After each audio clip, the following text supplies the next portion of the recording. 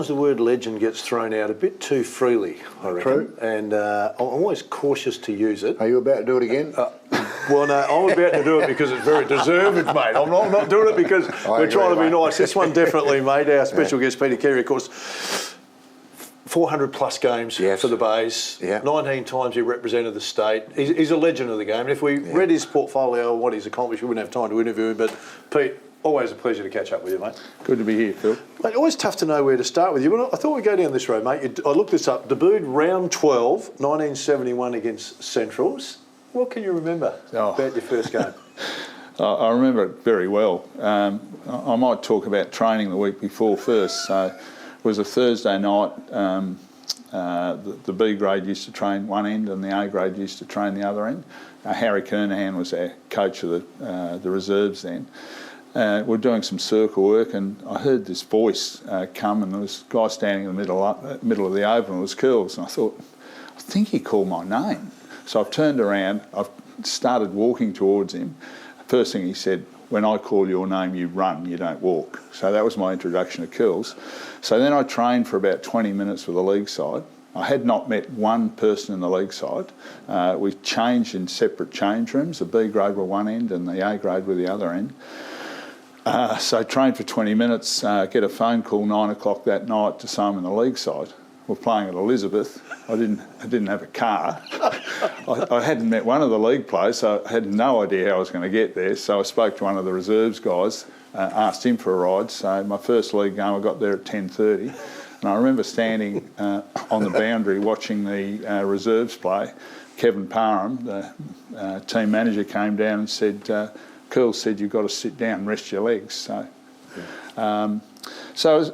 it was a bit daunting, like I was a 17-year-old kid. I hadn't rucked a lot. I was mainly a centre-half forward, and I was rucking against Dean Parnham that day. Cool. 6'9". Yeah. Fortunately, he wasn't the quickest player, so I had a chance to run around him a bit. But so first game at Elizabeth, which we won, we beat Centrals, and that was the start of it for me. Isn't it funny how the Bs and As used to have their own change rooms? Yeah, and it's remarkable that I hadn't met one of the league players before I actually played my first league game. It's incredible, isn't it? It wouldn't happen today. Everything's all in one. Right. It's all inclusive. And well, I can remember Alberton using the reserves rooms for the opposition league team. Yeah. Because it didn't have cold showers, warm showers. Exactly. Only had the cold ones. So you go chasing it. So you just play a game at Alberton, coldest day in the world, and in you go. Cold showers. 423 games for the Bays, mate. 3 premierships, 7 that you didn't win. Is there a couple of fond memories in the 3 you win? Oh, yeah, fantastic. 73, I was a 19-year-old kid. We'd won every game bar one. North beat us at Prospect. So we had a very good side. Went into the grand final thinking that we could win it. It was a very warm day that we played in. And I remember we used to catch a bus to the grand final in those days. And going on the bus, I thought, God, there's one thing I don't want to happen is that let Curls down in this grand final. So the previous time I played on Neil Sash, who was a state centre back at that time. I played on him at Prospect, the game we lost, and Doug Thomas had written in the Sunday Mail, the only time Carey saw the ball was in the change rooms warming up before the game. I thought it was a bit harsh. Yeah. But it was good for me because it really got me focused on trying to play well in that grand final. So. Do you know that, sorry mate, in 73 as well, and not a lot of people would know this, but you're also leading goal kicker.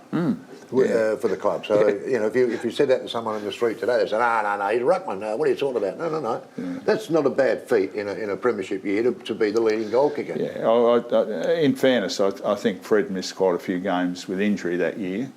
So I was lucky that it was a quiet year for Fred. You don't tell Fred that, though. No, I wouldn't. I'd tell him I'd beat him. Yeah, that's all I'll tell him. Exactly right. Mate, coaches have an impact on players. You've mentioned Curls twice, Neil Curley twice now. And the one that sort of got me when you said is you didn't want to let Curls down. What was it about Curls that made you want to play for him? Oh, he was inspiring. He wouldn't ask you to do anything that he couldn't do himself.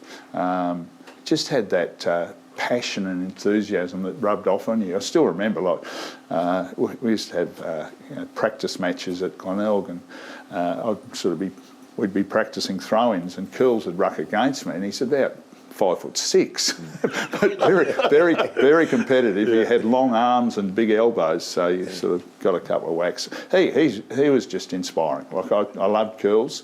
As I said, he would never ask you to do something that he couldn't do himself. He just didn't want to let him down.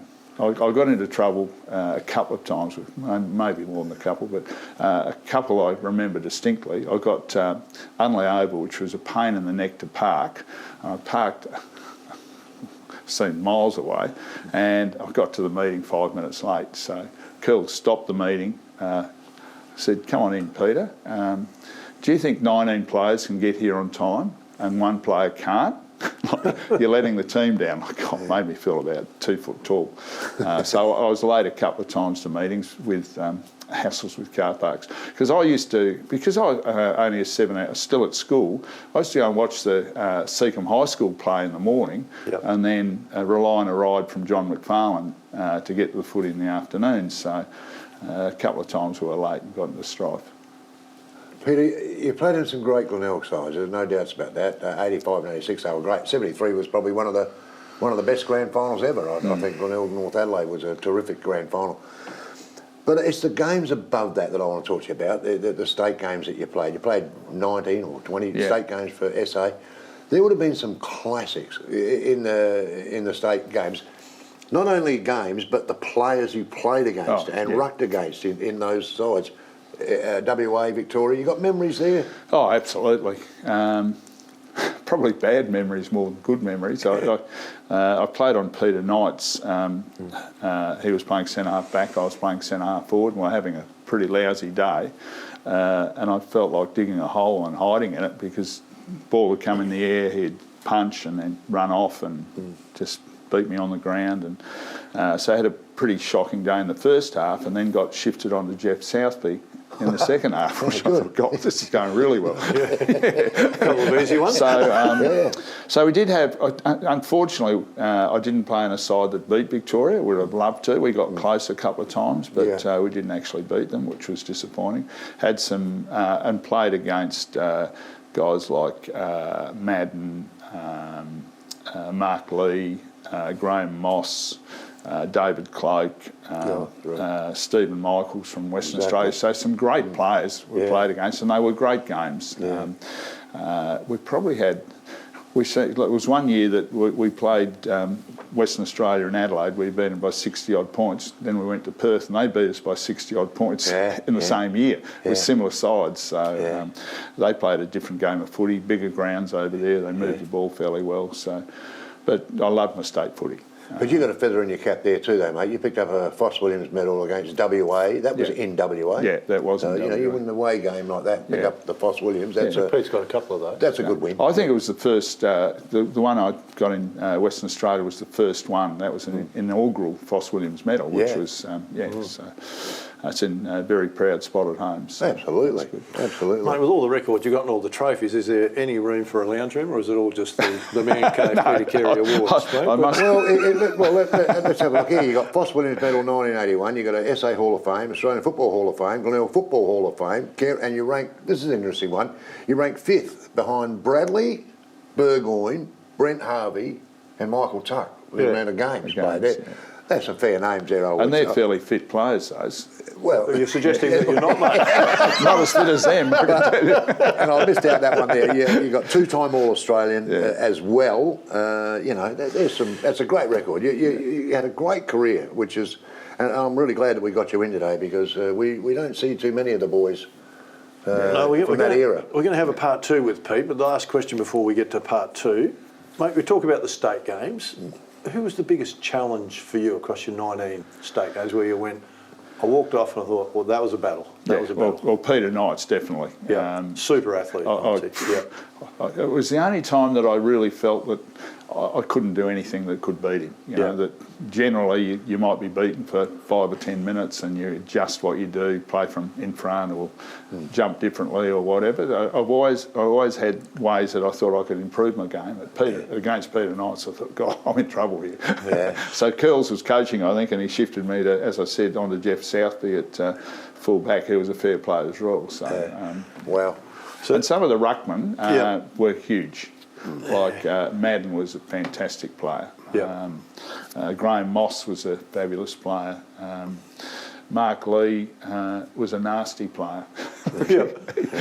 I fell on Billy Picken in a state game, and Mark Lee said, "I'm going to get you for that." And he did. He just ran through me later on in the game and said, "There you are." I was on a heap on the ground. There's some of the great stories of the state games, aren't they? You know, from the Curly era to your era, where, mate, I'm going to get you, and well, I'll get you, and I've got someone that can get you. You can't do that now, of course. It was also fantastic to get to know some of the opposition players. You know, like Russell Ebert, I roomed with him one year, and roomed with Malcolm Blight. The only bad thing was about that he was smoking then, so I had to ask him to go out on the balcony to smoke. There's some. We used to have our card games, which were fantastic, and met some great people from other clubs by playing those games. You know you're pretty good as a legend when you can tell a bloke to go out on the balcony that's supposed to be the Messiah. It's way up on who's in charge. We've got to get to a break, but there will be a part two. Peter Carey, our special guest. Back in a moment.